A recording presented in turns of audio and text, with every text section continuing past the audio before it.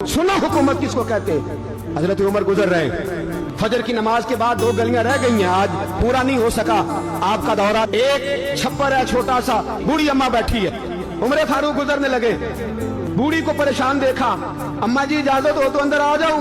बूढ़ी कहने लगी चल दौड़ जा, अपना काम कर, क्यों इजाजत दूं? तेरी मेहरबानी अम्मा, आने दो।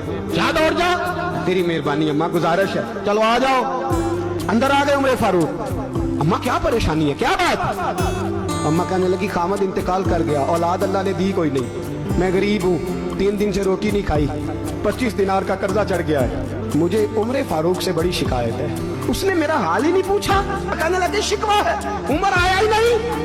तो उमर कहने लगे अम्मा उमर को क्या पता कि तू इस हाल में है? कहती है नहीं पता उमर को, तो उमर से कहो छोड़ दे हुकूमत, उसके हवाले करे जो खबर रख सकता है। हजरत सैयदना नाफे फरमाते हैं जिसके सामने किसरा और रूम के बादशाह कांपा करते थे, मैंने उस उमर को बूढ़ी अम्मा के सामने कांपते हुए देखा। रास्ता जारी है उमर फारूक का। दौड़े गए, 25 दिनार लाए, राशन रख के लाए, रोटियां पकाई, बूढ़ी अम्मा को खिलाई, कहने लगे अम्मा 25 दिनार ले ले और चल, गलती हो गई, उमर को माफ कर दे।